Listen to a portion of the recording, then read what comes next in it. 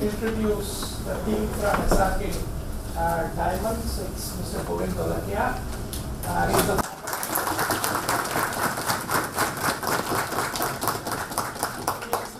team members, Nirav.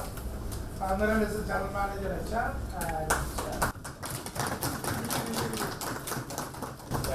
And to my left is Dr. Ashwin Desai. He's an English professor, currently comparative literature, currently working associated with that. My objective is, they have created one of India, most successful diamond companies in the world, and of course, the story is remarkable. We are currently doing some research and writing a case on diamond impact. So really impressed by the way they go about handling it, and I thought it's a good opportunity for people to interact. I also would like to introduce two of our future colleagues, Professor Pramila. Okay, Professor Pramila has joined us. She's a psychologist.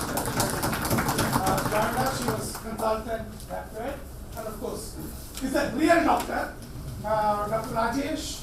He's a pediatrician. Now you would ask, what is he doing at IIMA? Apart from, if somebody faints in the class, the way we treat students, if somebody faints in the class, then he's there. He finished his doctorate from IIM Bangalore, and he's also expected to join IIMA in April. Currently, he is associated, and there are a couple of PM fellow students and research students, associates, academic associates also in the classroom. So let me introduce, welcome Kaka to, as he is popularly known, to start with. Or you start with the corporate video. Yeah, they'll start with the corporate video and presentation, and then they can have.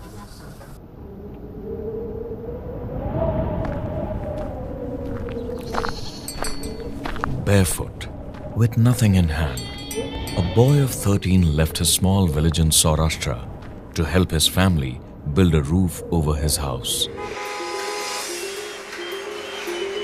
He had a gleam in his eyes as he landed in the diamond city, Surat. He took the job of an artisan and started to cut and polish diamonds. It was just the beginning of a journey larger than the dream. In the year 1970, he and two of his friends left their jobs to start a diamond cutting and polishing unit. He had nothing but the trust in his friendship, belief in God, and faith in his own abilities. Was it a destiny that was being cut and polished? Hard work and luck started to come together. It was impossible to stop this boy as he became a man. A small factory that only had 3 polishing wheels and 5 workers made way for a bigger factory in 1977. Growth was inevitable. It required a bigger organization to satisfy this man's dreams and aspirations. Year 1997, an establishment with more than 1,000 workers was started. He did not stop there. Year 2011, a state-of-the-art and one-of-its-kind facility in the world was unveiled. That has a capacity of more than 4,000 workers. Man can believe in the impossible, and he can achieve the impossible. The boy of 13 who started it all is Govind Dholakia, principal founder of Sri Ramakrishna Exports.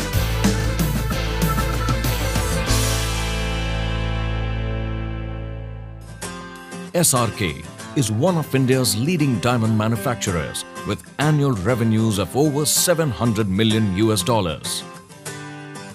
SRK, where the biggest capital is the trust that they have earned over 5 decades. An ultra-modern, technologically advanced and fully air-conditioned facility at Surat uses Italian magnetic chiller technology for cooling the entire building. This facility is committed to green initiatives and is a member of the US Green Building Council. SRK Empire is one of the first in the world where the total workforce works in the comfort of an air-conditioned environment. SRK's motto has been simple: enhancing customer satisfaction, along with employees and their family members' welfare simultaneously. It has the most modern amenities to cater to its employees: a hygienic kitchen for nutritious food, a library for information needs, an audio-visual room for entertainment, an auditorium for training, a sports complex for fitness, and much more. Corporate social responsibility is considered a part of life. Regular health camps are arranged for the well-being of all tribal people and to create fitness awareness as well. At SRK, the day begins and ends with a prayer. At SRK, rough stones are sourced from the best suppliers in the world.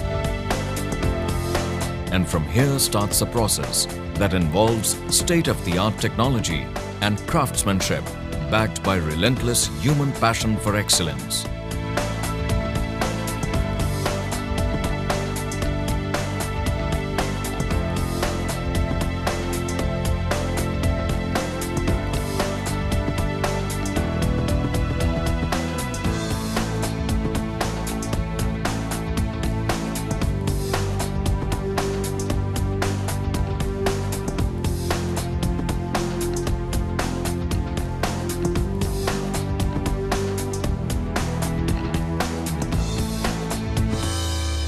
Govind Dholakia started it all, and now the second generation leadership is further taking SRK to newer heights. Sri Ram Krishna Exports has always been an ambassador to the diamond business and a trendsetter in many ways. Bharat Diamond boasts a 2 million square feet facility is the biggest diamond hub of the world. SRK was one of the first to move into Bharat Diamond Bourse, where it has its headquarters. From BDB, SRK takes care of the sales and marketing of the final polished diamonds. SRK has a client base of hundreds of jewelry manufacturers, retail traders, chain stores, and small independent stores all over the globe. SRK has its presence in Hong Kong, China, Israel, Belgium, and USA. As a part of the forward integration process, SRK added one more feather in its cap by foraying into jewelry manufacturing, which creates superlative diamond jewelry. One for the expanding Indian domestic market and one for the international markets.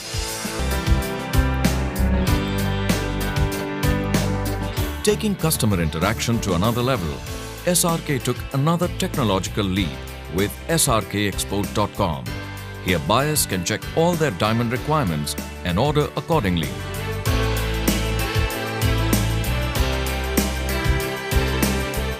Currently, SRK has more than 1,000 active online customers doing business with utmost ease. SRK has a comprehensive online presence with iPad, iPhone, BlackBerry and Android apps, creating a paperless and convenient environment for all. અમારે જે business કરીએ છીએ ડાયમંડને અમે ભગવાન સમજીએ છીએ. A boy saw a dream. He wanted to make fine diamonds. Today, a team of 5,000 hard-working men is living that dream. SRK has come a long way, but the journey still continues. I am nothing, but I can do anything.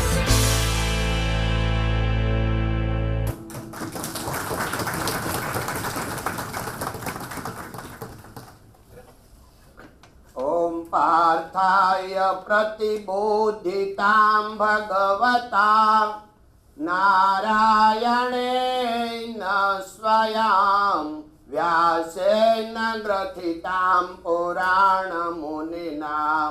मध्ये महाभारतम्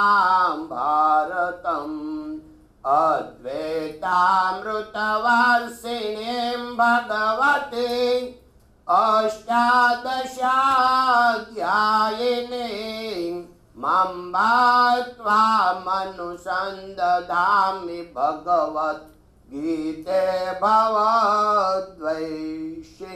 कृष्ण कन्हैया लाल की जय।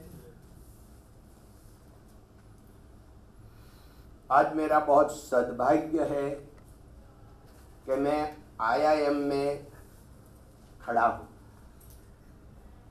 Thanks to Biju sir कि जिसने हमने आप सबको मिलने के लिए अपॉर्चुनिटी दिया है।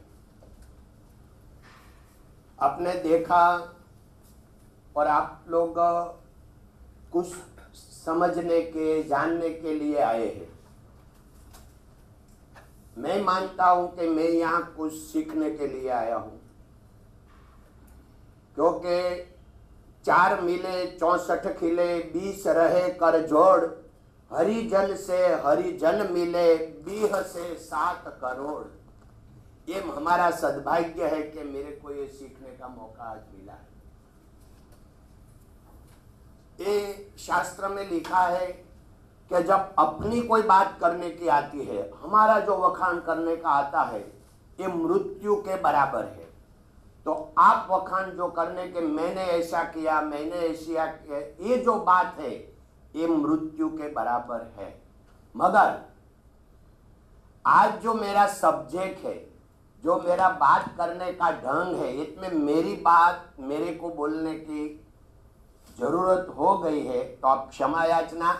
भगवान से मैं प्रार्थना करता हूं कि अगर अविवेक हो जाए तो माफ करें।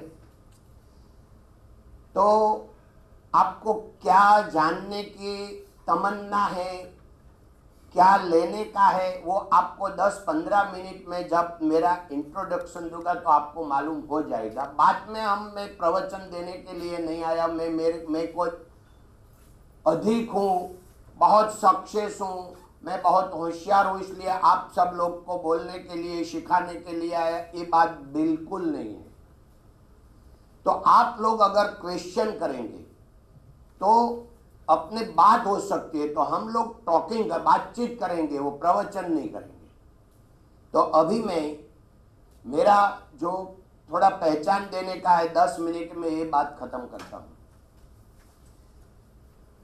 मेरा नेटिव प्लेस है सौराष्ट्र, वेस्ट गुजरात, अमरेली जिला में लाठी, कलापी नगर बोलते हैं। कलापी बहुत बड़ा कवि हो गया, उस राष्ट्र कवि बोलते हैं उनको। ये गांव है मेरा। बाजू में दुधाला गांव था। 700 का ओनली पॉपुलेशन दैट टाइम, जब मेरा जन्म हुआ।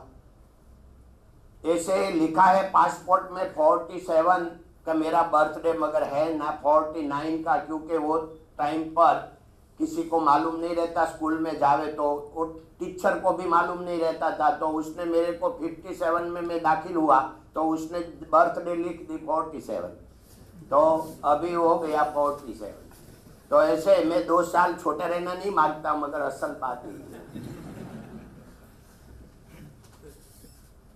तो मेरा जो 700 का बस्ती था, बहुत छोटा गांव था, और हमारे खेत का काम था। वो जनरेशन टू जनरेशन खेत का ही काम करते थे। 5 भाई हैं, 2 बहनें हैं। और मैं जब समझने लगा तो मैं स्कूल में 7 साल पूरा उम्र हो गया, तब हुआ मेरा स्कूल में। गांव में कोई 7 साल का उम्र हुए स्कूल में नहीं जावे तब तक कोई छड्डी भी पहनता नहीं था। उसमें से मैं भी हूँ, मगर अकेला नहीं, पूरा गांव ऐसा था, तो वो नवाई की बात नहीं है। 11 साल ये पैर ने चप्पल नहीं देखा। 1 से 4 धोरण मैंने गांव में पढ़ाई की। गांव में 5वीं नहीं थी तो 5, 6 और सावत बाजू में जो लाठी था वहां में चल के 6 किलोमीटर एवरीडे में चल के जाता था।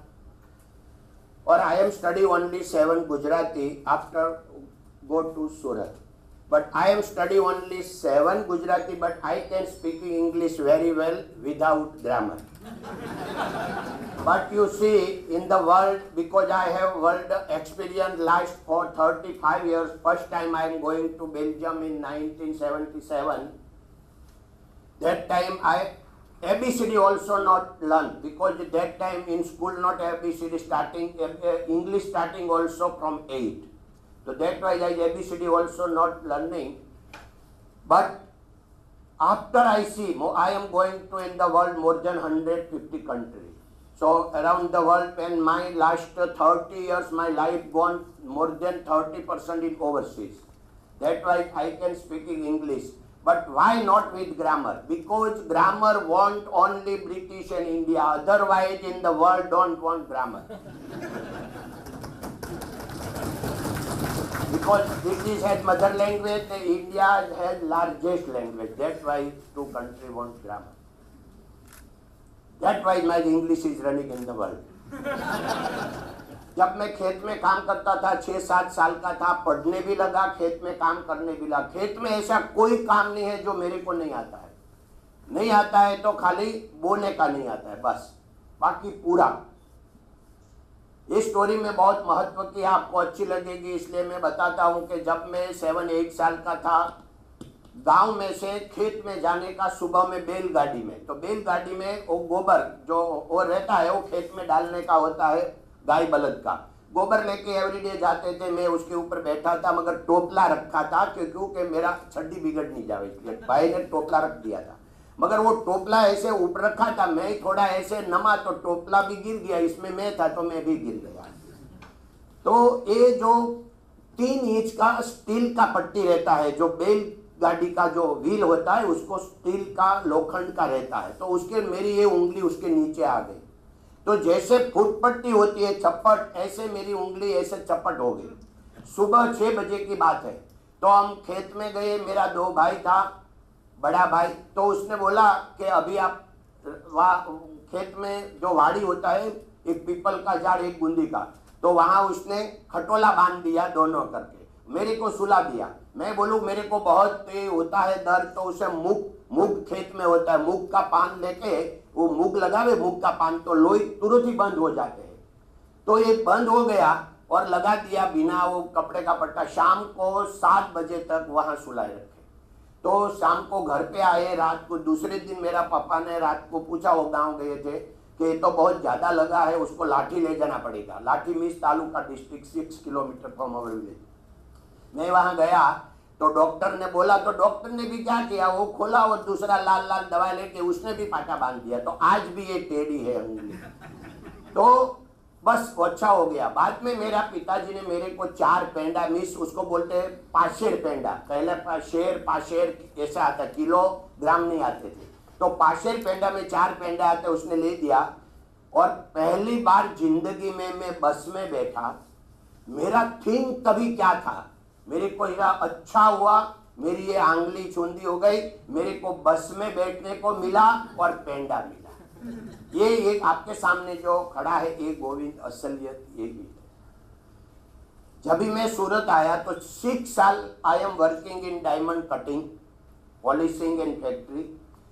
When I come to Surat, that time only 200 diamond cutting polishers in the Surat. Today, more than near to 6 lakh.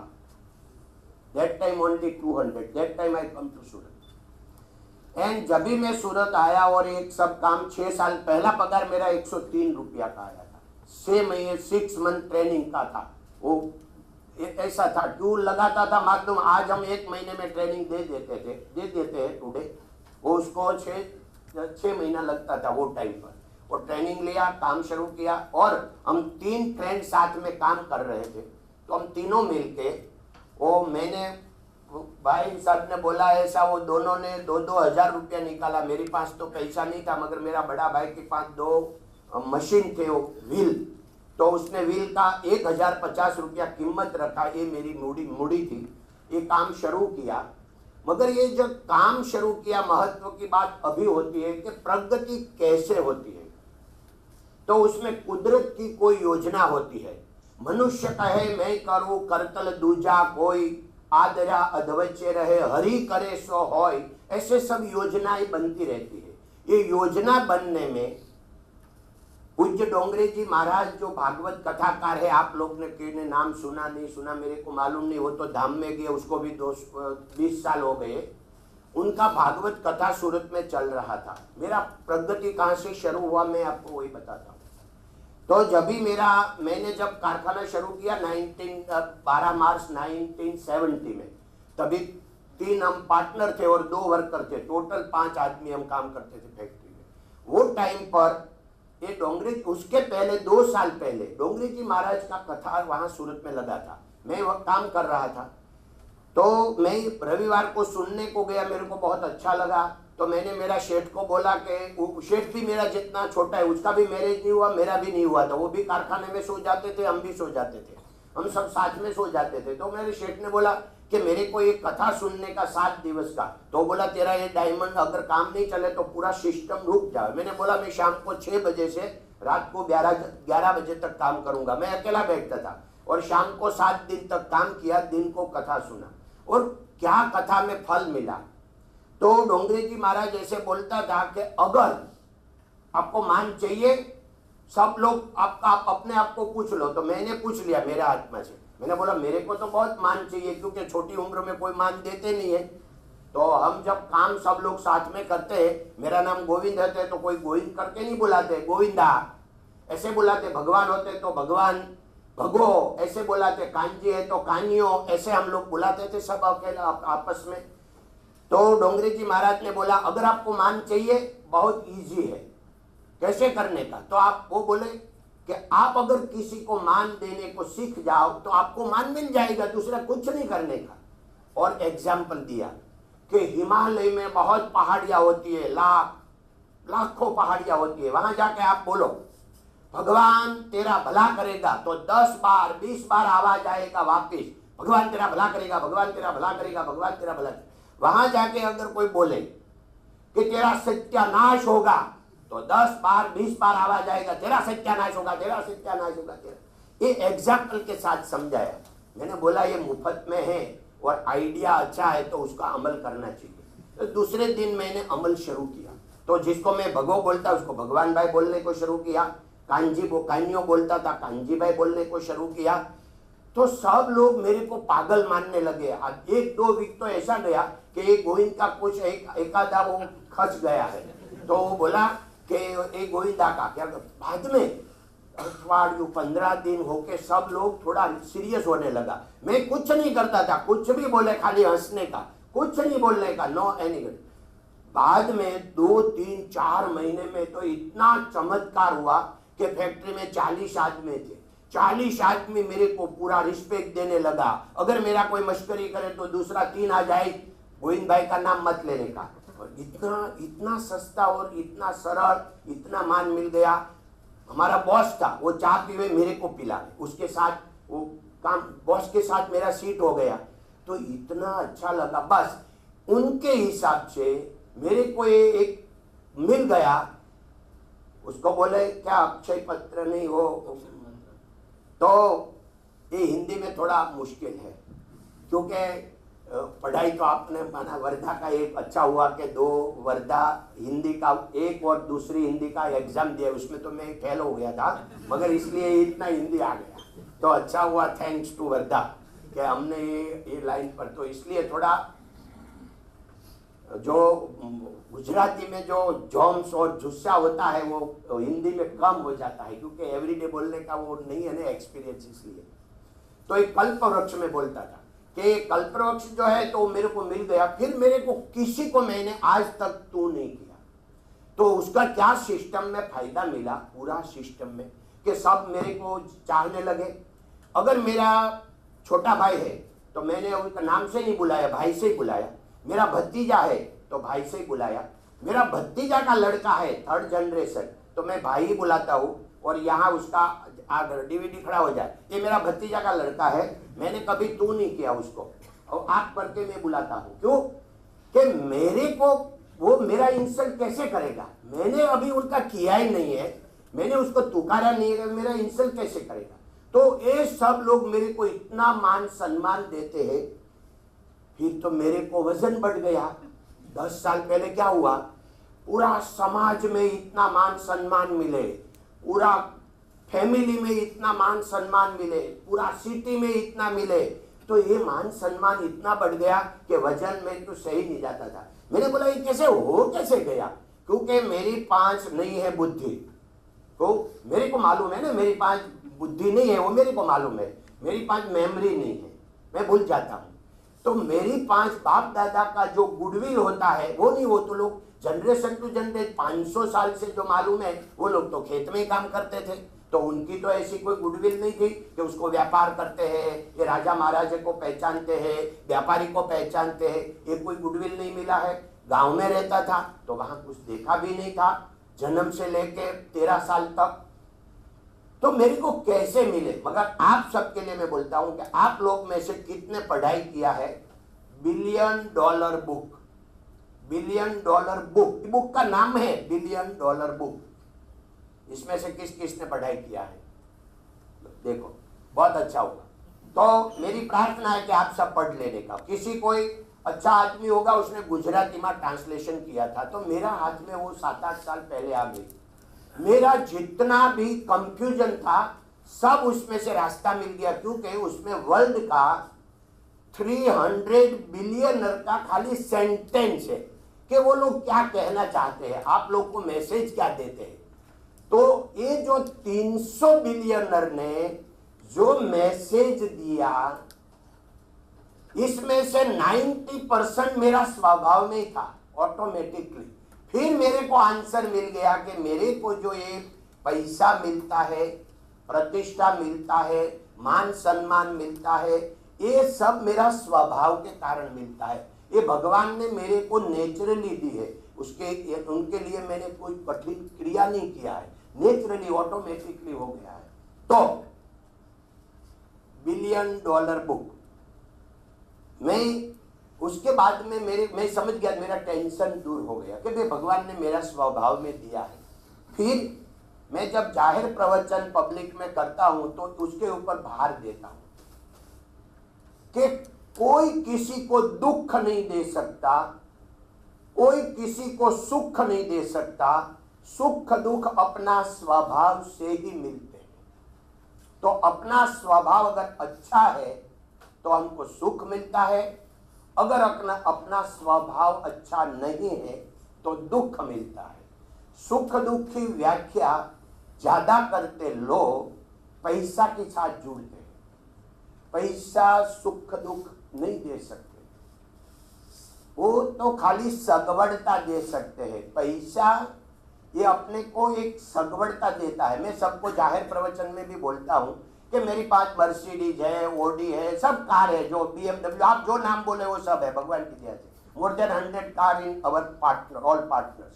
तो आप कोई भी नाम बोले तो है, मगर ये सब ऑफिस से घर आने के लिए, घर से अहमदाबाद आने के लिए, अहमदाबाद आने के बाद यहाँ IIM में आने के लिए काम आती है, मगर वो रूम में नहीं आती। यहाँ आई नहीं आई, यहाँ दिल आता है, यहाँ दिल आता है। मैं जाहिर प्रवचन में बोलता हूँ कि अपने पास कितना भी अच्छा साधन सामग्री हो, गाड़ी तो हमको गैरेज में छोड़ने जाना पड़ता है, वो हॉल में भी नहीं आती, बेडरूम में भी नहीं आती। तो सुख कहाँ मिलता है? हृदय में। तो सुख वहाँ ढूंढना, हम सुख गाड़ी में ढूंढते हैं, सुख हम कोई खाने में ढूंढते हैं, पीने में, प्रतिष्ठा मिल गई तो सुख समझते हैं। ये सब बात गलत है। सुख अपना हृदय में, अपना माइंड में, अपना स्वभाव में, सुख अपने पास खड़ा है। ये सफलता का हमारा जो राज है वो यहां से तो शुरू हुआ है कि कभी किसी का अपमान नहीं किया, तो हमारा जो पूरा स्टाफ हमको मिला वो हमारी जैसा मिला, क्योंकि हमारे नीचे काम करने वाला 18 साल से कम उम्र काम रखते नहीं।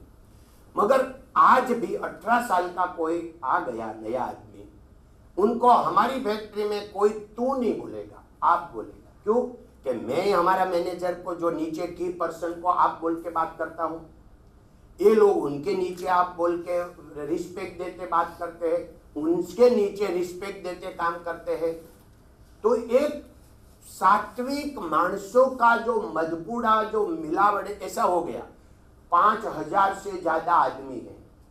देखो, एक 50 इयर्स में से 6 साल काम मैंने किया, वो निकाल दो, 44 इयर्स से हमारा फैक्ट्री चल रहा है। आज तक कभी हड़ताल पड़ा नहीं, हड़ताल की बात ही नहीं आई है कि कोई कारीगर कंपनी से नाराज हुआ 44 साल में और वो जाके कंपनी का बाहर जाके कोई बात किया, ऐसा एक आदमी आपको पूरा इंडिया में, पूरा विश्व में नहीं मिलेगा कि बाहर जाके, क्योंकि 5-6 हजार है तो 10,000 छोड़ के भी गए होते, उनका भी काम होगा, खुद का किया होगा, आगे बढ़ा होगा, कुछ मुश्किल होगा, वातावरण अच्छा नहीं लगा होगा। एक आदमी, तो क्या हुआ उसमें? ये काम किसका है? स्वभाव का।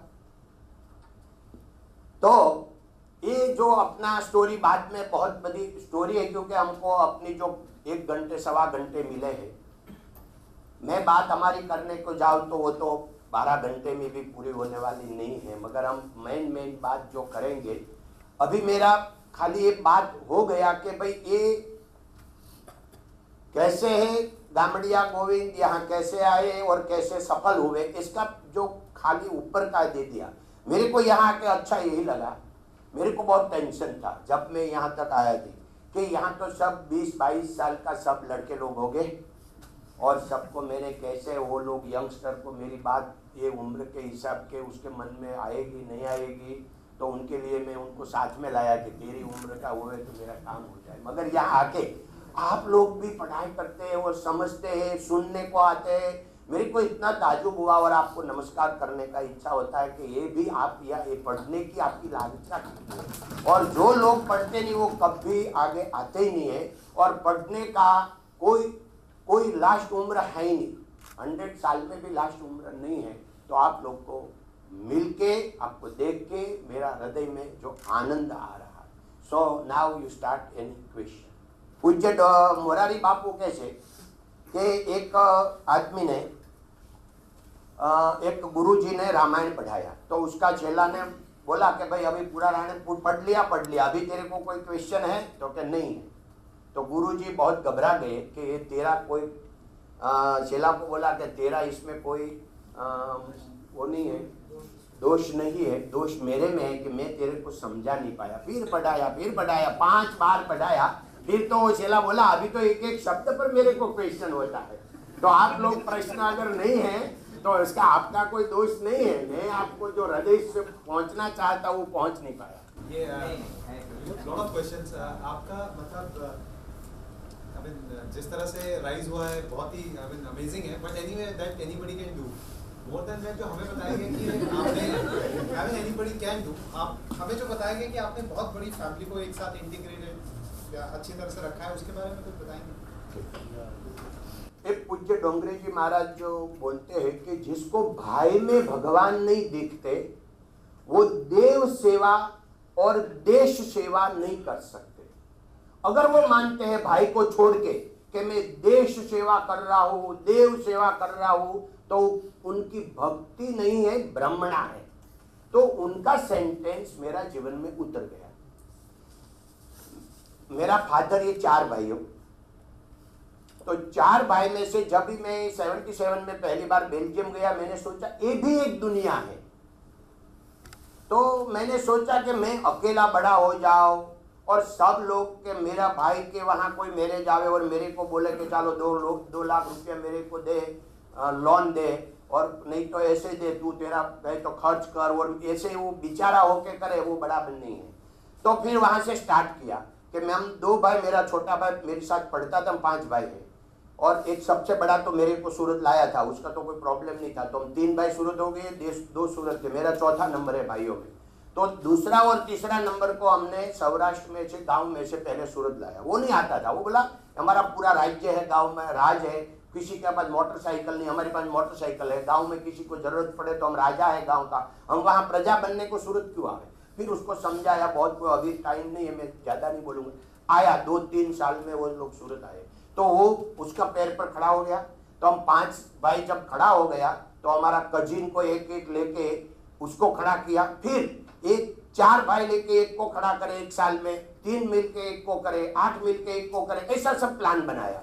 और आपको जान के आनंद होगा कि मेरा फादर और 4 भाई, हम कजिन ब्रदर 17 है और 13 सिस्टर है, तो जो 30 फैमिली है, तो 2000 में 30 फैमिली खुद का काम, खुद का बिजनेस, खुद का बंगला, खुद की मोटर का, यहाँ तक उसको सबको पहुंचा दिया। क्योंकि एक अगर वीक है तो 3 आदमी एक प्लान बना के उसको सपोर्ट देके खड़ा करते हैं।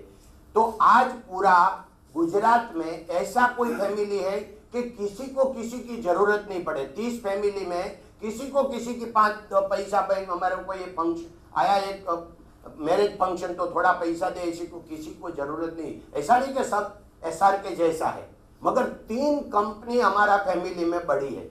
ये मैं आपको बोलता हूँ कि हमारा जो Shri Ramakrishna export private limited है, उनका काम ये साल 1 बिलियन से आगे जाने वाला है। तो 6000 करोड़ से ज़्यादा है वो डायमंड और डायमंड ज्वेलरी दोनों मिलके। और दूसरा हरि कृष्ण एक्सपोर्ट, जो मेरा फादर 4th नंबर, सबसे बड़ा जो मेरा फादर था उनका लड़का का लड़का हरि कृष्ण एक्सपोर्ट, उनका कंपनी है, उनका भी एक साल में 800 मिलियन तक जाएगा यही साल में, तो वो भी बिलियन के 5 नजदीक आ गया है। तीसरा कंपनी है भवानी जेम्स, तो उनका काम थोड़ा अभी छोटा, पहला हमारे से भी बड़ा था, अभी थोड़ा छोटा रह गया है, मगर उनका करीब 200 मिलियन का है। और चौथा जो भाई है उनका काम एकदम छोटा है, छोटा मीन्स खाली 10 मिलियन का। मगर ये लोग जो है तो किसी को जरूरत नहीं है, सब छोटा या बड़ा, मगर वो उनके। और ये हम 17 भाई, और मेरा फादर ये 4 भाई 2 बहनें, 6 फैमिली, 6 जनरेशन। हम लोग साल में एक बार सब साथ में मिलते हैं, क्योंकि हमारा फॉरेन में कारोबार मोर देन 12 कंट्री में पूरा फैमिली का है, तो ये सब लोग आते हैं। और जब भी अपने बोलते हैं नवरात्र में, तो ये साल 19 अक्टूबर का हमारा फंक्शन था। शाम को 6 बजे शुरू होता, रात को 2 बजे खत्म हो जाता है। सब साथ में मिलके बातचीत करते। 825 पीपल आए थे, तो एक फैमिली का, एक खाली कांची दादा, मेरा दादा का नाम कांची दादा है, उनको बोलते हैं कांची दादा फैमिली। बाहर का कोई नहीं, वेवाई नहीं, फ्रेंड नहीं, एनी कोई अंदर नहीं, खाली only family, all positive. 800 people को आप किसी को भी पूछो कि कैसा है गोविंद काका, तो एक आदमी ऐसे नहीं बोलेगा भाई देखा वो पैसा वाला हो गया, मगर हमारे क्या ऐसा एक भी नहीं बोले, नो नेगेटिव। तो ये एंट्री, नेगेटिव एंट्री नहीं हुई है फैमिली में, ये उसको शुरुआत नहीं हुआ अभी तक। कल क्या हो जाए, समय बलवान है नहीं पुरुष बलवान, काबे अर्जुन लूटिया यही धनुष यही बाण।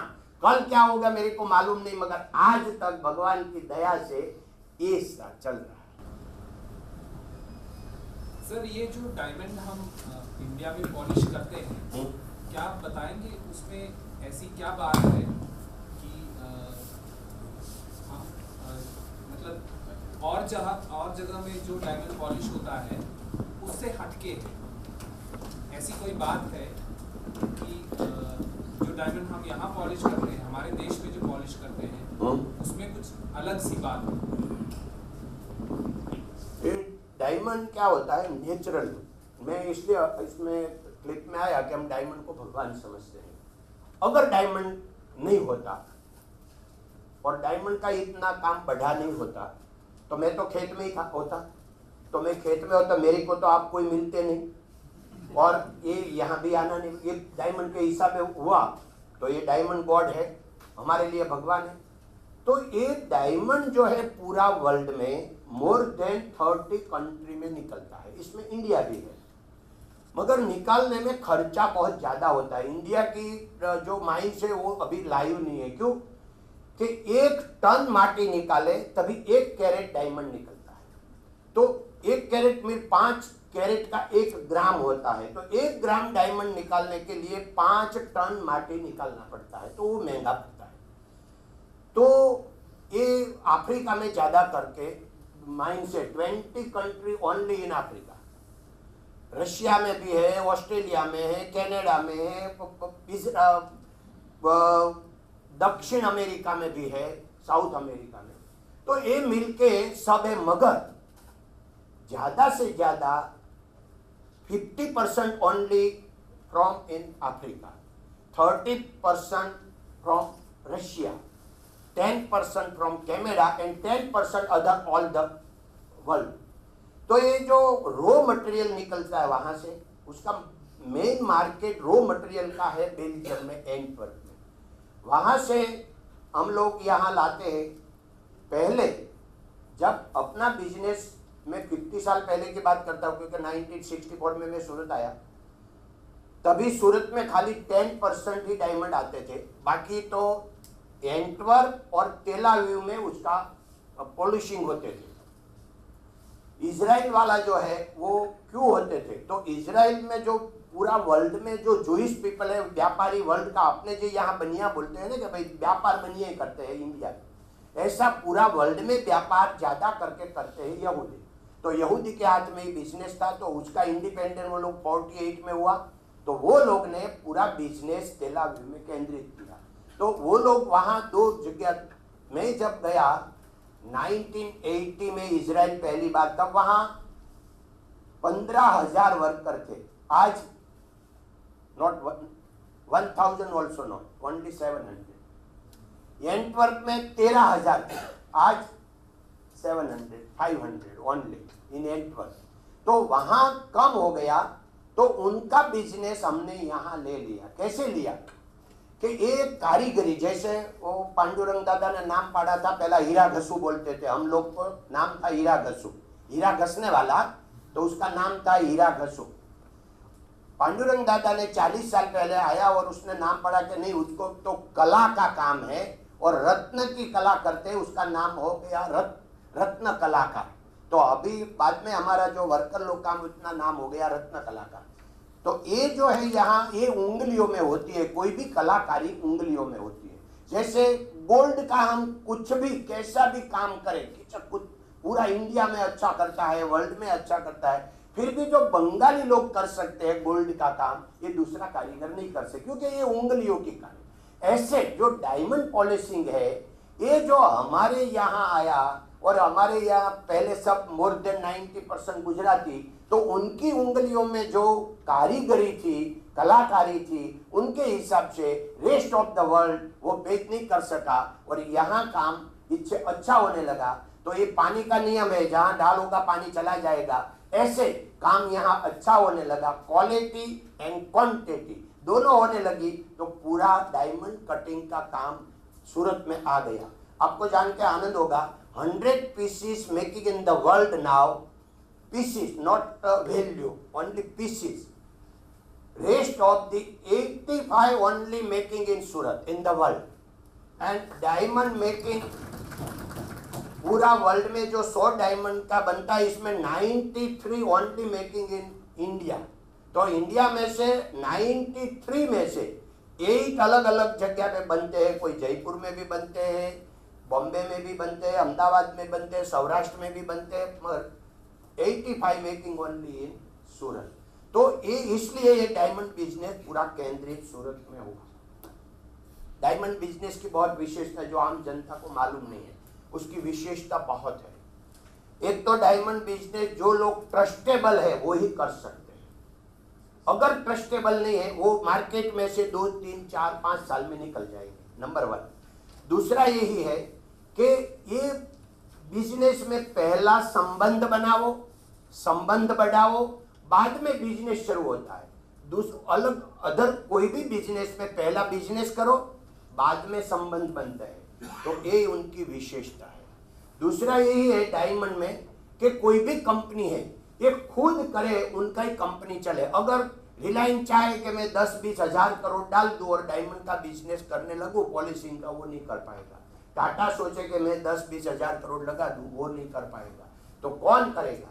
तो ये जो डायमंड को जो जानते हैं, डायमंड को जो, इसलिए मैं सब डायमंड वाले को समझाता हूँ कि भगवान है, भगवान को हम जैसे श्रृंगार करते हैं, भक्तजन ऐसा है, ऐसे मेरा ठाकुर जी का श्रृंगार होना ऐसा है, ऐसे डायमंड भगवान है। उसका जितना ज्यादा श्रृंगार किया, अपने को बेनिफिट ज्यादा मिला।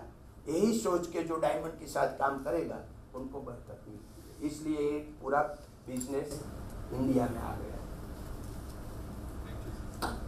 रोहित भाई, आपसे मिलकर बड़ी खुशी हुई। आपने गीता प्रार्थना से शुरू किया और जो बताया बहुत अच्छा लगा।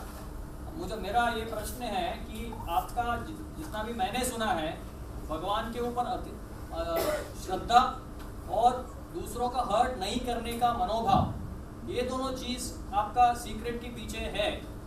ये हम जैसे लोग हैं जो बिजनेस स्कूल में पढ़ते हैं, अगर यहाँ इनको ये सिखाना चाहें तो कैसा सिखाएं, क्या करें? बहुत अच्छा प्रश्न है आपका कि आप लोग क्या, एक तो भूख है सीखने की इसलिए सीख सकते हैं, मगर कैसे सीखा?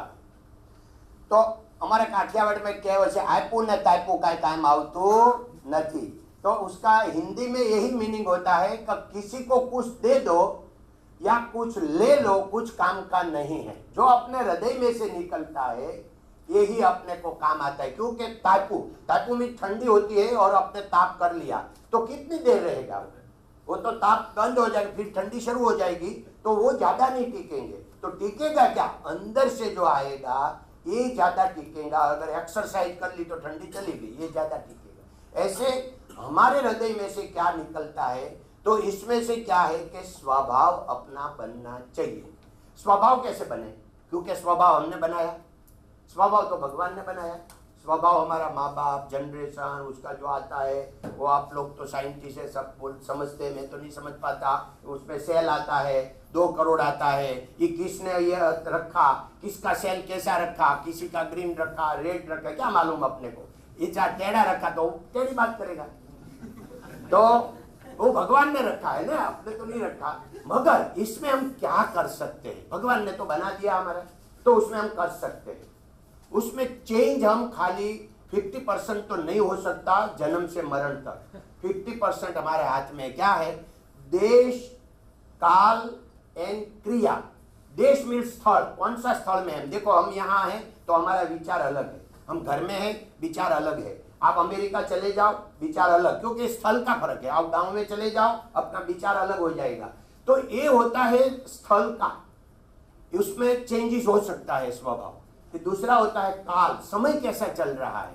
जब समय अच्छा है तो एकदम वातावरण, भाई फील गुड फैक्टर नाउ चल रहा है, બધા अच्छा है। अभी कोई शहर में ऐसा कोई वातावरण आ गया गंदा, हमारा कुछ लेन देन नहीं, फिर भी हम वो वातावरण में आ जाते हैं, उसको बोलते हैं काल, समय। और तीसरा है हम क्या क्रिया करते हैं। जैसा हम क्रिया करते हैं, मैं डायमंड का काम कर, मेरा विचार ऐसा होगा, टेक्सटाइल का विचार ऐसा होगा, खेत, अगर मैं खेत करने को जाऊं, खेत में होता तो मेरा विचार अलग होता।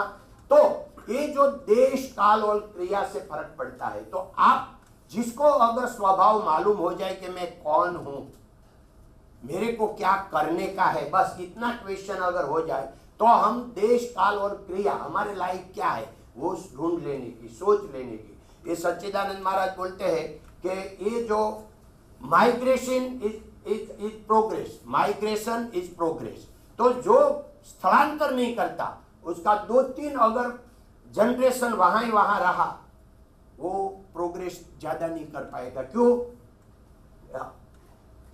वो कंफर्ट जोन में आ जाता है। अगर you want progress, out of comfort zone, कभी भी आदमी कंफर्ट जोन में आगे नहीं बढ़ सकता। और ये तो अभी हमने सुना, इसलिए मैं कंफर्ट जोन की बात की।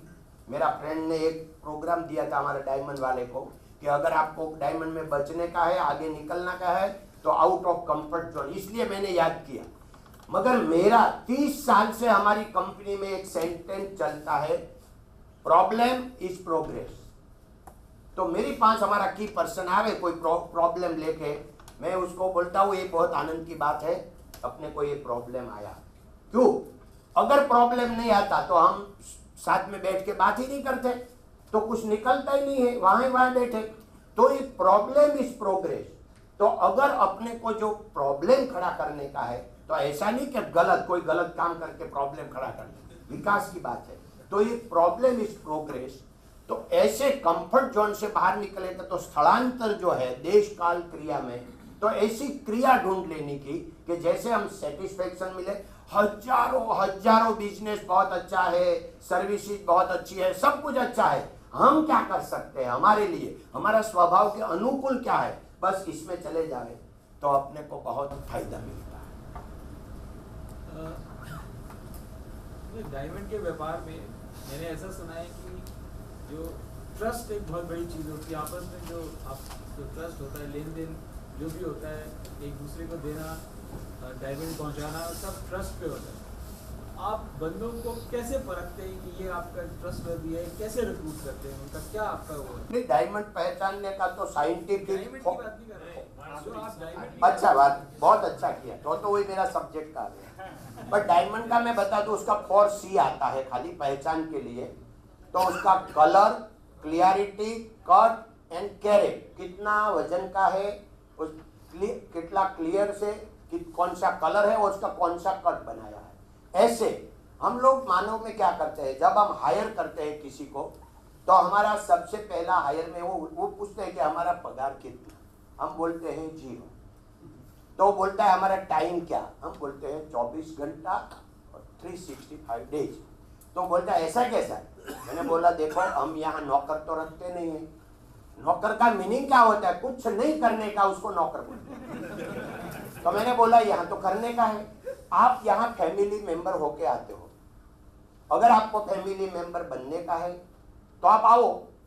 जैसे फैमिली, एक बालक आया राजा महाराजा के वहां आया तो ऐसे वो जी लेते हैं, झोपड़पट्टी में आए तो ऐसे वो एडजस्ट हो जाते हैं। जैसे बालक जहां होते हैं वहां एडजस्ट हो जाते हैं। बालक को अपॉर्चुनिटी नहीं है, अपॉर्चुनिटी के मैं कहाँ जन्म लूं, मगर आपको अपॉर्चुनिटी है कि एक कंपनी में जन्म लेना है कि नहीं। अगर कंपनी में आया, हमारे 44 साल के पगार का पी बोलने का हमारी कंपनी में मना है। हम बोलते हैं कि कोई हमको पगार की अगर बात करे तो हमको लात मारे, इतना इंसल्ट लगता है। तो आप कभी भी पगार के बारे में सोचने का नहीं, बात कहने का नहीं, कुछ करने का नहीं।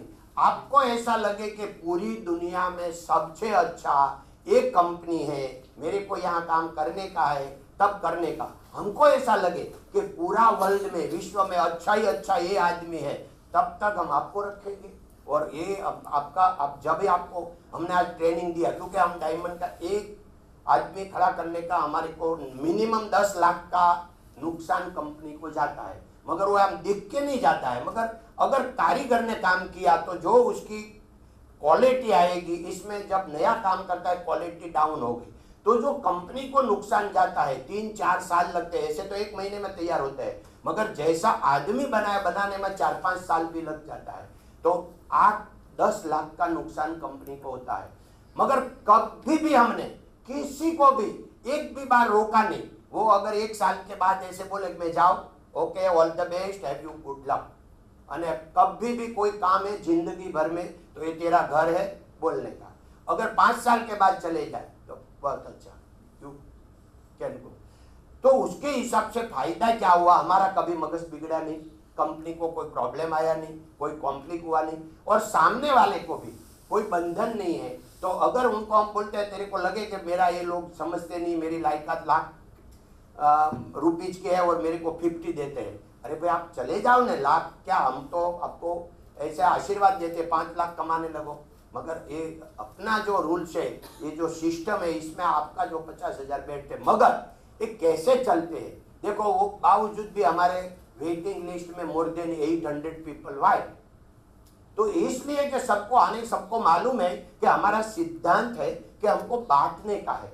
तो हम कभी भी ऐसे नहीं सोचते कि हमको कमाने का है, वो आम आदमी से कमाने का नहीं, उसको बांटने का है। हमारे को कमाने का है परचेस में, हमारे को कमाने का है सेल्स में, सबसे ज्यादा हमारे को कमाने का है हम क्या कर सकते हैं मैन्युफैक्चरिंग में, उसको प्राइस, कीमत कैसे, वैल्यू कैसे बढ़ा सकते हैं, एक ही हमारा ध्यान केंद्रित है।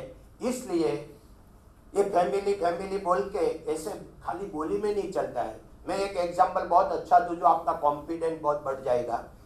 2008 में वर्ल्ड रिसेशन आया तो डायमंड में भी आया, और डायमंड में सारा वर्ल्ड में 2-5 कंपनियां ऐसी थी कि जिसने एक भी वर्कर को के आदमी को छूटा नहीं किया। इसमें एक हमारी कंपनी थी। तो देखो हमारी 5 तक 6 मोर देन 5,500 जैसा आदमी था। तो पहले दिन तो जब मेरा, क्यों हमारा पार्टनर सब है, भांजा और भतीजा है, फैमिली कंपनी है, तो वो सब लोग बोलने लगे कि ये सबको अभी निकाल दे, नहीं तो कंपनी टिकेगी नहीं, अपनी मूड़ी तो जीरो हो जाएगी, ऐसा हो जाएगा। ये सब क्योंकि 100 का 50 हो गया था, 100 का 60 हो गया था भाई सब, तो स्टॉक में जितना भी है तो ककड़बुच पूरा हो गया था। मैंने बहुत सोचा, उनको समझाया, अभी 2 महीनों तो ठहरो, अभी तो वेकेशन दिवाली का चल रहा है, देखते हैं। ऐसे ऐसे करके 2 महीने में ऐसा मानस बनाया, मेरा भांजा और भतीजा सब बोलने लगा कि हम सब फैमिली मेंबर है और अगर ये कंपनी में से निकलेंगे तो हम सब साथ में निकलेंगे। अब पिता इधर रह जाए, बड़ा भाई इधर रह जाए, छोटा भाई निकल जाए और भतीजा निकल जाए, ऐसे नहीं, पूरा 5500 आदमी जब भी कंपनी खत्म हो जाएगी तो हम सब एक साथ में निकल जाएंगे। मगर जब तक कंपनी है तब तक हम सुख दुख साथ में रहेंगे। देखो वो टाइम पर मोर देन 2000 लेटर आया है। आप एक लेटर पढ़ो ना तो ऐसे उनको जीवन सार्थकता बोलते हैं कि एक लेटर जो वर्कर ने लिखा है, कोई ने लिखा कि सब लोग बोलते हैं कि गोविंद भगत है सूरत में, मैं तो बोलता हूँ कि ये भगत नहीं, ये गोविंद भगवान है। तो कोई ने बोला मैं वो भगवान को नहीं देखा मगर ये भगवान को देखा है। तो किसी ने बोला कि मैं पगार नहीं लूंगा till दिवाली, क्योंकि मेरी 5 दिवाली तक रूम चले इतना पैसा है, अगर कंपनी बचेगी तो ही मैं पैसा लूंगा, अगर मैं वो पगार नहीं लूंगा। किसी ने बोला मैं 50% पगार लूंगा। अब सामने से एक एक करके उसने जो लेटर लिखा, एक लेटर पढ़े तो अपने ले से एक कमानी चाहिए, देखते हैं कि भाई हमारे पास हो गया $1 बिलियन का बिजनेस हो गया और ऐसा इतना कंपनी में मुड़ी, एक तो बहुत छोटी है वैल्यू, कीमत है, वैल्यू नहीं है। वैल्यू तो वो लेटर की एक वैल्यू है, ये जीवन सार्थक है। मगर कब हुआ? देखो, कर्तु अकर्तु अन्यथा कर्तु ईश्वर है, ईश्वर महान है, सब योजना यही बनाते हैं। क्यों कि हम कंपनी शुरू किया डोंगरे जी महाराज के हिसाब से, उनका एक सेंटेंस हमने पालन जो किया, उसका तो बहुत सेंटेंस 10, 15, 20 सेंटेंस हमारा जीवन में है। एक सेंटेंस था कि संपत्ति एंड संतति ये प्रारब्ध अनुसार मिलती है, उनके लिए प्रयत्न करना चाहिए मगर पाप करना नहीं चाहिए। तो मैं हमारा डायमंड बिजनेस में पूरा ओपन चैलेंज है कि मैं पैसे के लिए बिजनेस में एक भी बार अगर गलत बोला है तो मैं बिजनेस छोड़ दूं। पूरा मार्केट, ओपन मार्केट, पूरा वर्ल्ड, अराउंड द वर्ल्ड में तो क्या है कि सच बोलने से भी पैसा मिलता है, ये मैं सबको साबिती देना चाहता था। तो मैंने मुरारी बापू की रूबरू में भी यही बात की कि बापू मैं बड़ापन करने के लिए नहीं, मैंने ये युवान को, युवा धन को मैं मैसेज दिलाना चाहता हूँ कि जो सोच रहे हैं कि झूठ बोलने के अलावा पैसा मिल ही नहीं सकता, एक गलत ढंग निकाल दो, ये सब आपको दिखते हैं। कभी गलत नहीं बोला, खोटा कोई काम नहीं किया, झूठ नहीं किया, फिर भी ये सब कुछ है।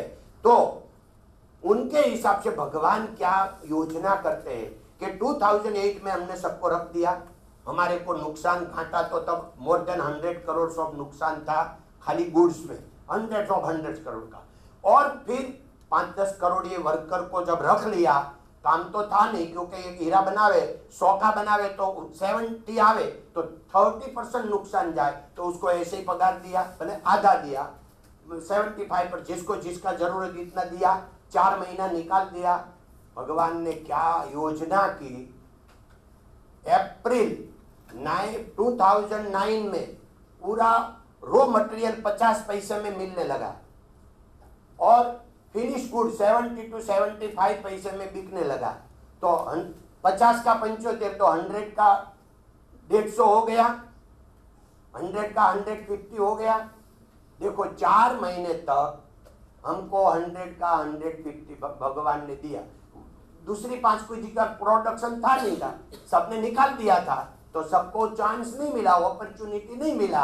हमने जो इंफ्रास्ट्रक्चर रखा था, क्योंकि हमने हमारा भतीजा और भांजा को यही समझाया था, जब समझाया तब कि देखो हमने ये 40 साल से जो बिल्डिंग खड़ा किया है इंफ्रास्ट्रक्चर, ये आप देखते हैं कि हमारी 5 भाई ये बुक्स पर 500 करोड़ हो गया तो हमारी 500 करोड़ है, 1000 करोड़ है, ये गलत मानो।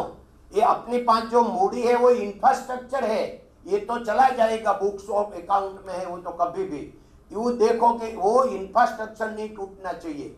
फिर मैं समझाया था कि रिलायंस और टाटा 10,000 करोड़ लेके आए तो इंफ्रास्ट्रक्चर कर सकेगा, नहीं कर सकेगा, तो उनको खड़ा रखो। ये पॉइंट पर सबको मैंने पार्टनर को मनाया था और मान गए थे। बाद में ये इंफ्रास्ट्रक्चर के हिसाब से 2008 में हमारी कंपनी टॉप 20 में थी, टॉप 10 में नहीं थी। आज टॉप 3 में हो गई। कैसे हो गई? 2008, डिपेंड ऑफ द 2008 तो हमने रखा, पैसा बढ़ गया सडनली। अरे ऑनलाइन हमारा बिजनेस 2008 में 3% था, 2009 अप्रैल में 40%, जहां हम 5 साल से नहीं पहुंच सकते थे ना 5 महीने में पहुंच गए। कैसे? तो हमारा प्रोडक्शन शुरू था, इंफ्रास्ट्रक्चर रेडी था और ऑनलाइन 5-6 कंपनी पूरा इंडिया में थी, तो किसी के पास प्रोडक्ट था नहीं, हमारे पास था। तो सब वो ऑनलाइन क्या बोलते हैं उसको, वेब में, तो उनके वेब में निकल, क्योंकि नया माल उनके पास आता नहीं था, हमारे वेब में नया माल आता है, तो सब हमारे वेब में आ गए। तो 40% सेल ये कौन करता है? एक कोई कुदरत जो अदृश्य शक्ति है, जो मैं मानता हूँ, उनकी सब ये योजना रहती है। सर, आप अपनी सफलता में कितना प्रतिशत श्रेय किस्मत को देते हैं और कितना हार्ड वर्क? बहुत अच्छा प्रश्न किया, क्योंकि हार्ड वर्क एंड लक, प्रारब्ध एंड पुरुषार्थ दोनों अलग है ही नहीं। पहले तो बात मेरी समझ में, डोंगरे जी महाराज ऐसे समझाते थे कि संसार रूपी रथ में जो आपका जीवन में 2 व्हील है, एक है पुरुषार्थ का, एक है प्रारब्ध का। अगर आपने पुरुषार्थ बहुत किया मगर आपका प्रारब्ध में नहीं है, तो आपका रथ वहां ही वहां घूमेगा, क्योंकि एक व्हील नहीं चल रहा है, एक ही व्हील चल रहा है। अगर आपका प्रारब्ध में है, आप पुरुषार्थ नहीं कर रहे हैं, फिर भी आपका वहां ही वहां रथ रहेगा। मगर दोनों व्हील अगर चला तो आप आगे निकल पाएंगे। तो दोनों का 50-50% दे दिया डोंगरे जी महाराज के हिसाब से। अभी मेरा बात कि पुरुषार्थ क्या होता है, लक क्या होता है, ये तो आप पुरुषार्थ का फल माने प्रारब्ध।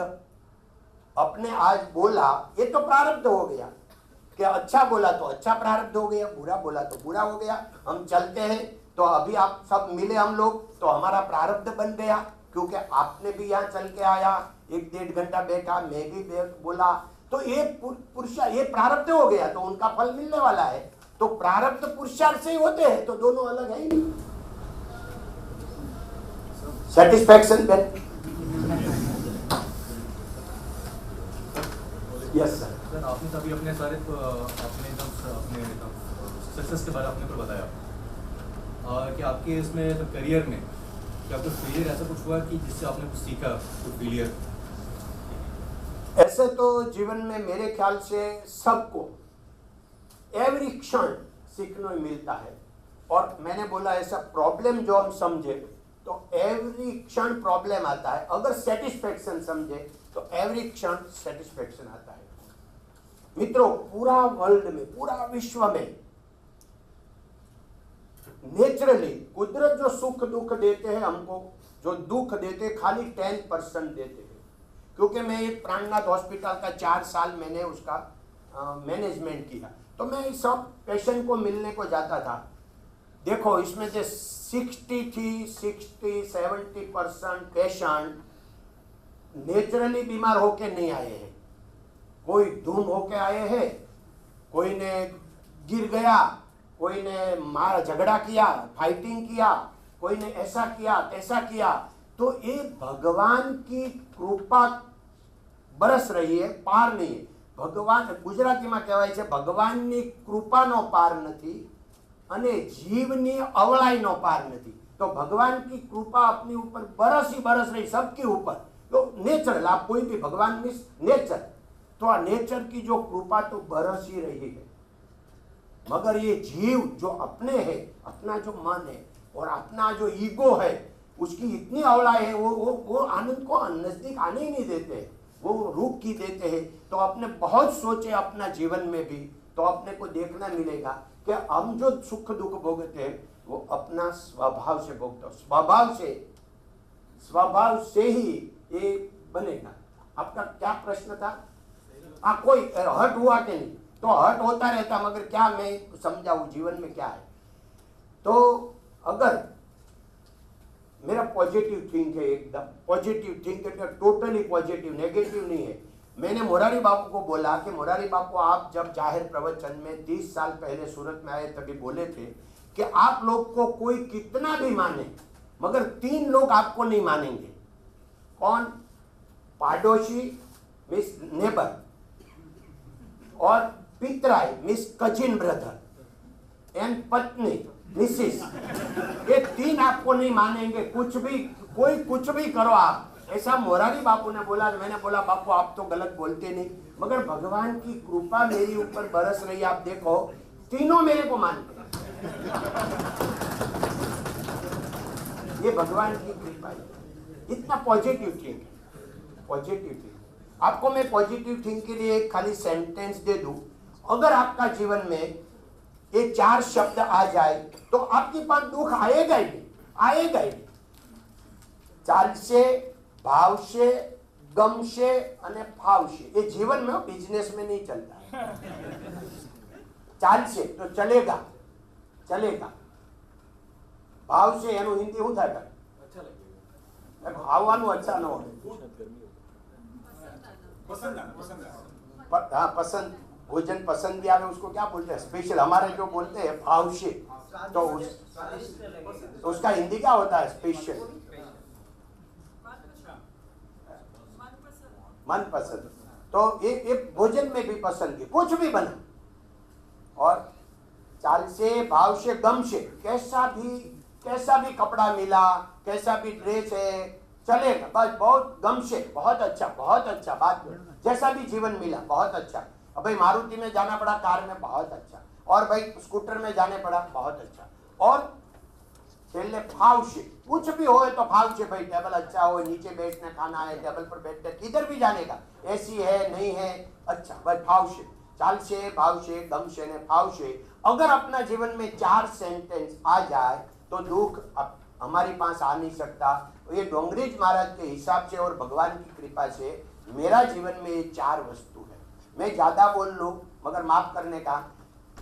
आप मानो कि हमारा मैरिज हुआ, उसको 43 इयर्स हो गया, अभी हमारे पति पत्नी को झगड़ा नहीं हुआ। तो पॉजिटिव थिंग है, स्वीकार है। तो ये स्वभाव का बल है, ये मेरी कोई बड़ापन नहीं है, ये स्वभाव का बल है। तो और ये जान के भी आपको आनंद होगा कि मेरी वाइफ अनपढ़ है। और ये आनंद इसलिए होगा कि सीबीआई का डायरेक्टर हमारे मेरा सन का मैरिज में आए थे, तो वो बोलता था, मैंने चाची का उसको पहचान करवाया कि मेरा वाइफ है और बहुत अच्छी है, मगर वो अनपढ़ है फिर भी बहुत अच्छा काम करती है। वो 3 दिन के बाद गया तो उसने एक सेंटेंस मेरे को दे के गया कि जब आप में आया तब आपने पहचान करवाया था कि मेरा वाइफ अनपढ़ है, मगर आज मैं 3 दिन उनका काम देख के जाता हूँ कि उसने फैमिली को साथ में कैसे रखे और फैमिली का बिहेवियर साथ में, फैमिली के साथ कैसा बिहेवियर, उसमें उसने PhD किया है। मैं उनको डॉक्टर बोलता हूँ। अश्विनी कुमार जी सीबीआई ना डायरेक्टर बोल के गए। तो ये बात है कि भगवान की दया से उनको भी इतना है। देखो पहला मैंने बंगला बनाया 82 में, तो वो आर्किटेक्ट बोला कि भाभी से मेरे मीटिंग करवाओ, उसको क्या चाहिए? मैंने बोल तो 6 थाली चाहिए, 12 बाटकी चाहिए, 1 तावड़ी, 1 कोलोटी, 1 टेल चाहिए। दूसरा उसको कुछ जरूरत नहीं है, अपने पहला बनाओ, सीखने का है कैसे रहने का। तो फिर बंगला बन गया। मैं बाद में कंप्लेन करूं कि तेरे को कुछ आता नहीं है, मैंने कुछ नहीं किया। 2 साल में 3 ट्रिप फॉरेन का लगा दिया, हांगकांग से अमेरिका तक, उसको सब कुछ दुनिया बता दिया। उनको मालूम हो गया कैसे जीने का, हम कौन है, कैसे जीने का है। तो कच करने की जरूरत रही। आपने ट्रेनिंग पूरा दिया उनको।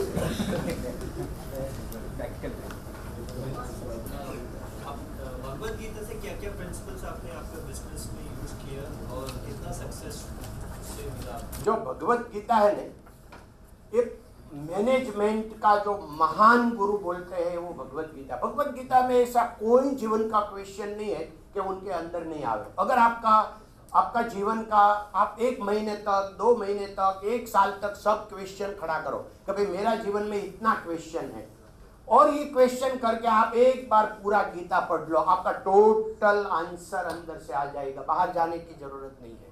तो मेरे को योगानुयोग, देखो कोई पूर्व जन्म को मानता है नहीं मानता है, पूरा बहुत कंफ्यूजन है, और कोई नहीं मानता है उसको भी नमस्कार, मानता है उसको भी नमस्कार। मगर मैं मानता हूँ, तो मैं मानता हूँ पढ़ के नहीं मानता हूँ, मैं मेरा जीवन से मानता हूँ कि मेरा हाथ में 10 साल की उम्र में गांव में 700 मानो तो जब भी मैंने तीसरी चौथी में पढ़ रहा था, मेरा हाथ में गीता जी आया, क्योंकि स्वामीनारायण का छोटा मंदिर गांव में, वहाँ स्वामीनारायण का साधु साल में एक बार आवे, वो गीता जी लेके आए। मैं मंदिर में शाम को जब तक मंदिर दर्शन नहीं करे तब तक माता खाने नहीं देती, ऐसा हमारा रिवाज था। तो मैं वो गीता मेरे हाथ में आई, और गीता आके मेरे को जो हृदय में और पुलकित हुआ, और जब मैं जब बोलता है कि जैसे समाधि अवस्था हुआ, ये तो मैं बोल नहीं सकता। जैसे डोंगरेज महाराज बोलता कि राम कैसा, तो भाई राम कैसा, तो राम जैसा, उनको तो किसका दे, क्योंकि वो तो राम जैसा राम। ऐसे मैं कैसे बताऊं कि कैसे मेरा मानस में हुआ। मगर ये मेरे को जो वो पुलकित आई, और मैं जो तभी जो समाधि अवस्था आई, तो गांव में कोई गुरु नहीं था, किसी ने गीता दी नहीं थी, उसको गीता बोलते कोई ने बोला नहीं था।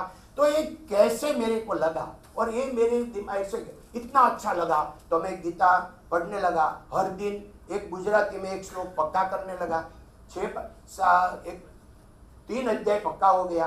फिर वो स्वामी जी आए, तो स्वामी जी ने मैंने पूछा कि गीता तो मैंने पढ़ा, तो उसमें लिखा है कि आत्ताईयों ने मारवा में पाप नहीं, तो आत्ताईयों मारने में पाप नहीं लगता है।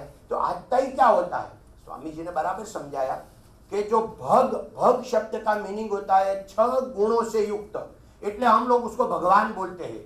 जे 6 गुणों से युक्त है उसको भगवान बोलते हैं, 6 अवगुण से युक्त है उसको आत्ताई बोलते हैं। बराबर समझाया। फिर बोला कि अपने स्वामीनारायण का सत्संगी है, तो पहला शिक्षा पत्री का पक्का करो, बाद में गीता जी करो। तो मैं गीता जी छोड़ दिया और शिक्षा पत्री शुरू किया। आपको जान के नवाई लगेगी, मेरे को भी अभी भी है 212 श्लोक है शिक्षा पत्री का। आज तक में एक भी श्लोक पक्का नहीं हुआ है। मैंने बहुत किया, और गीता जी का, फिर गीता जी को पकड़ के मैं जब सूरत आया तब आधा गीता तो पक्की हो गई थी। 16 साल की उम्र में पूरा 700 गुजराती में श्लोक मेरे को पक्का हो गया था। तो कोई गुरुजी नहीं मिला, किसी ने किया नहीं, आपन कैसे हो।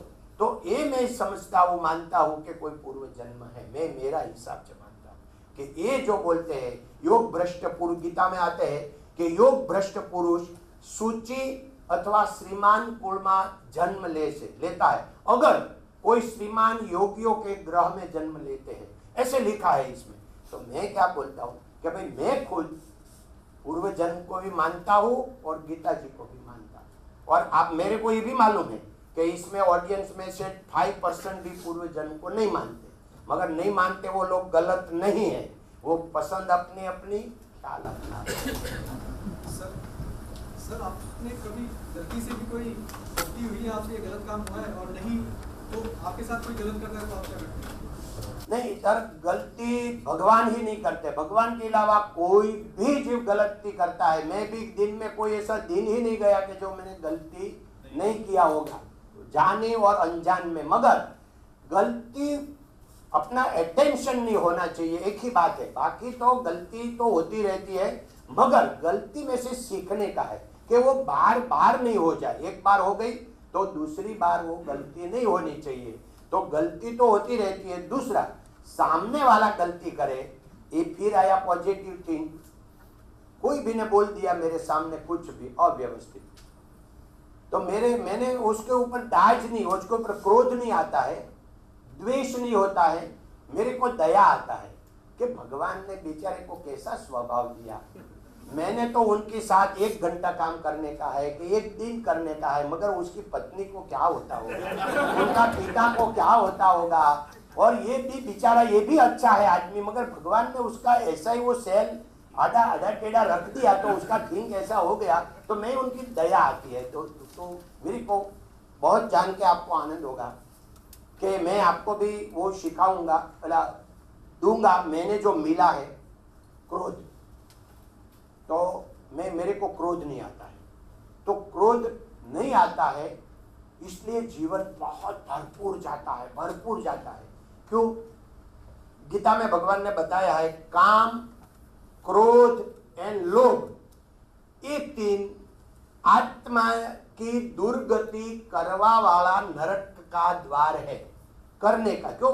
अगर नरक में जाने का है तो 3 दरवाजा अपने यहाँ है ना, 3 दरवाजा।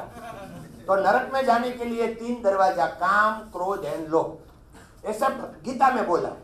आप माने नहीं माने आपकी इच्छा।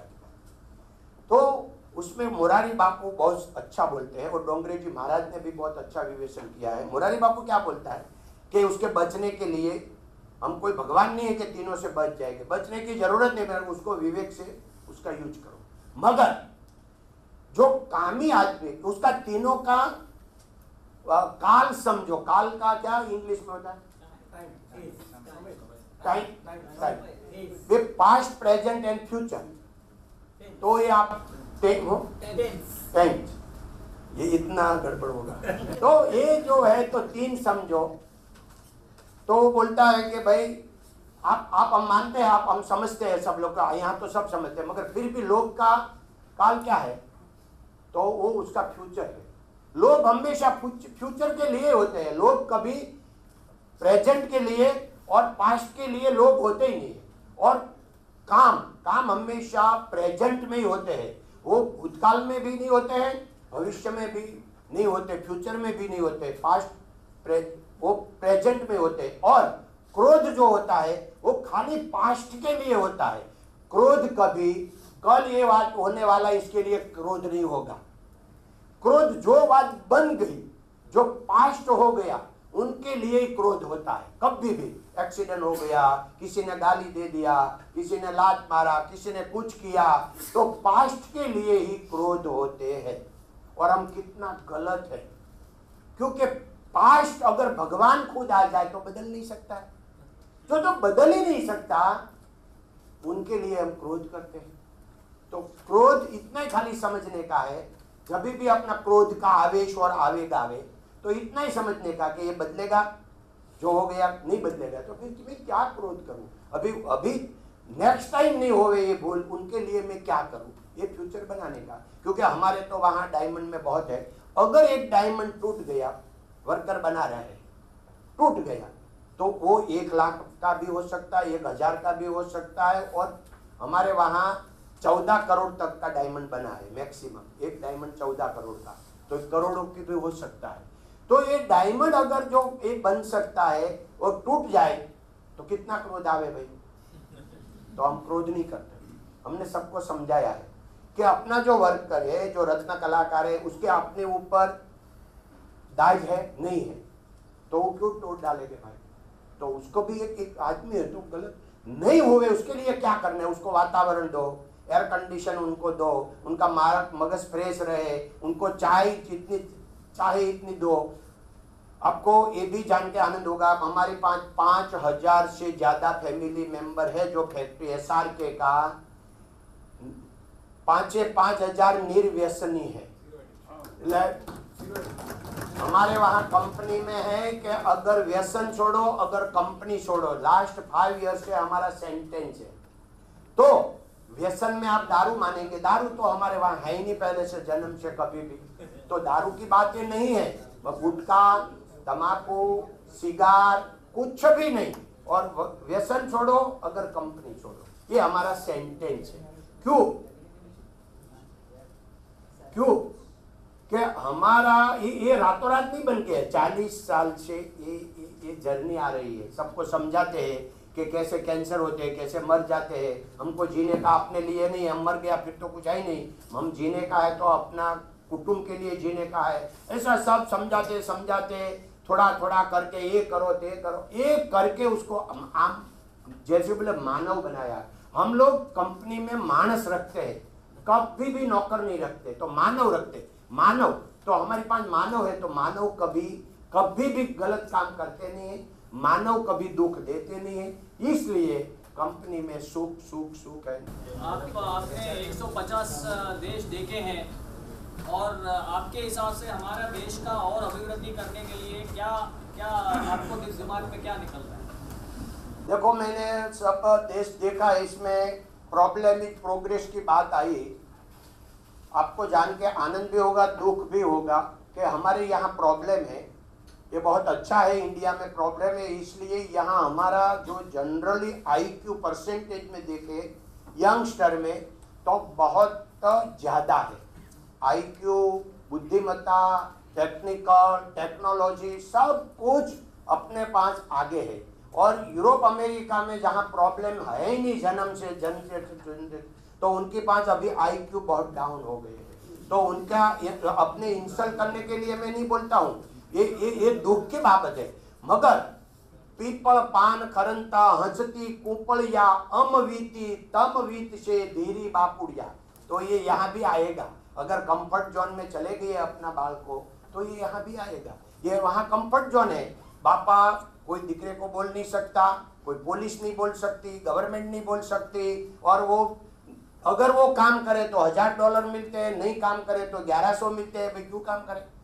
कंफर्ट जोन, सब कंफर्ट जोन में चले। बुद्धि का काम ही नहीं, तो हमारी बुद्धि कैसे बढ़े? एक्सरसाइज है, हम चले पहले दिन 1 kilometre, 2, 5, 10 kilometre every day we can run. मगर अगर एक्सरसाइज है तो पहले दिन 10 किलोमीटर चले तो बीमार हो जावे।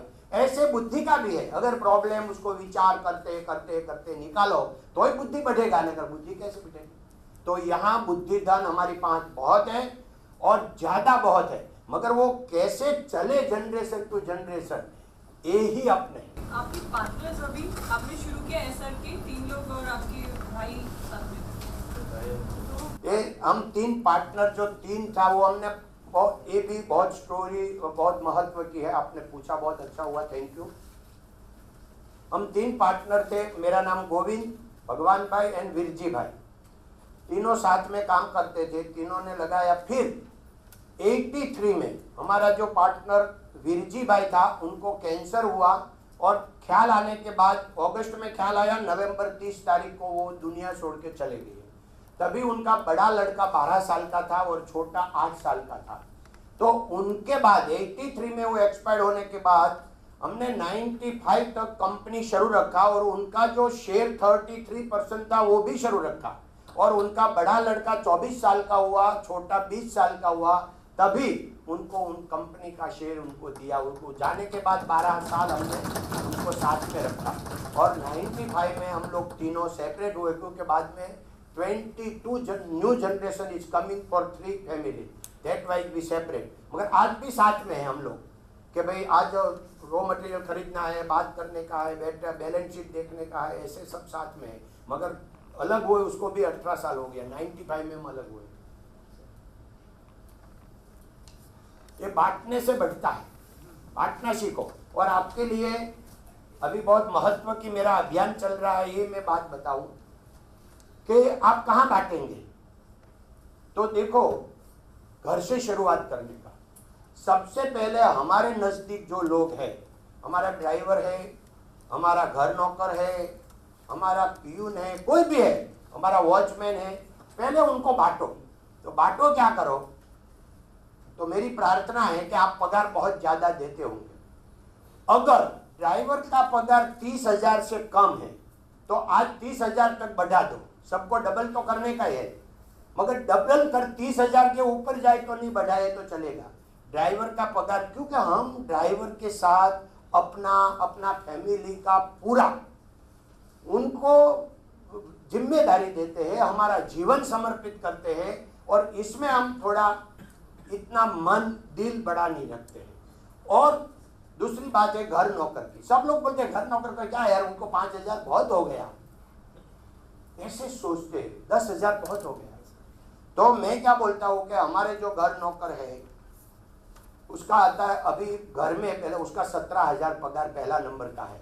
और सबसे जो नया रखते हैं 10,000 के कम से कोई रखते ही नहीं है। तो बांटने की शुरुआत घर से करो पहले। अगर बांटा, मगर एक सबसे बड़ी बात सतयुग की मैं बोलूँ आपको, तो मेरा सतयुग कैसे चल रहा है। मैं बंगले रहने को गया 86 में, आज उनको 27 साल हो गया। बंगला में मैंने लॉक नहीं लगाया, पूरा बंगला में 3 दरवाजा बंगले में जाने के लिए है, 5 बेडरूम है, एक बेडरूम को आज तक नहीं लगाया लॉक।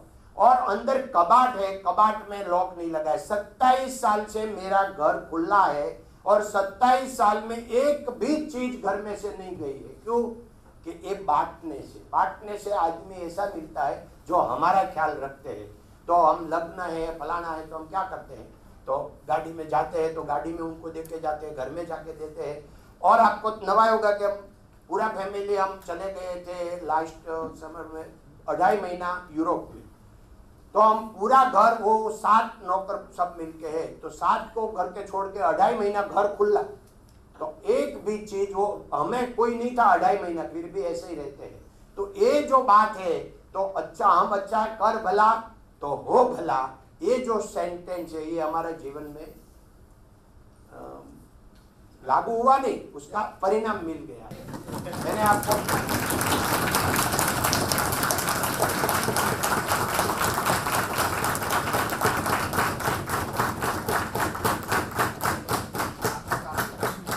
ये समय ने न ओळखी शके, ये भगवान ने ओळखी शके नहीं।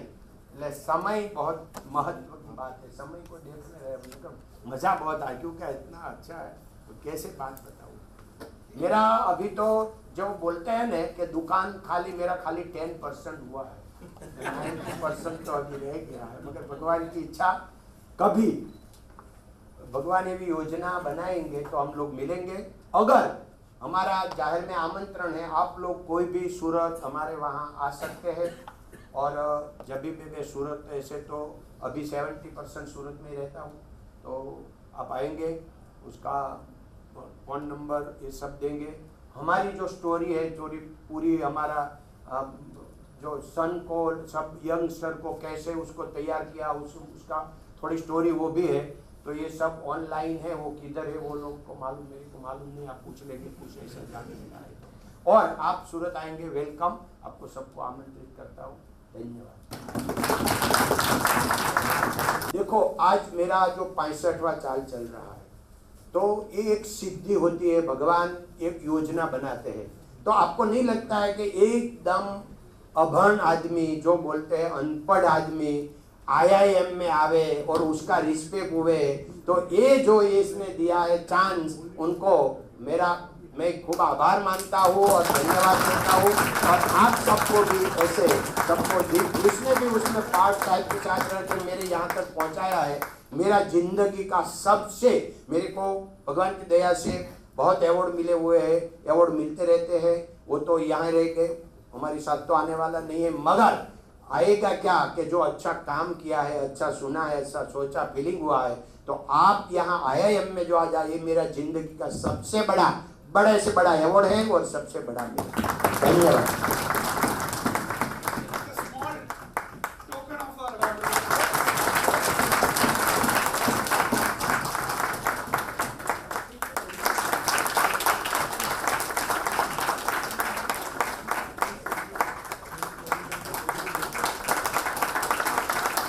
हम सभी की तरफ से हार्दिक धन्यवाद।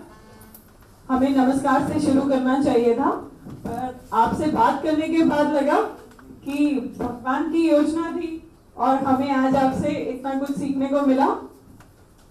IIM में आके बड़े बड़े सब्जेक्ट्स के नाम सुने थे, पर फैमिली बिजनेस, फैमिली और लाइफ, ये जिंदगी को आगे कैसे संभालना है, आज आपसे सुन के बहुत अच्छा लगा। बहुत बहुत धन्यवाद।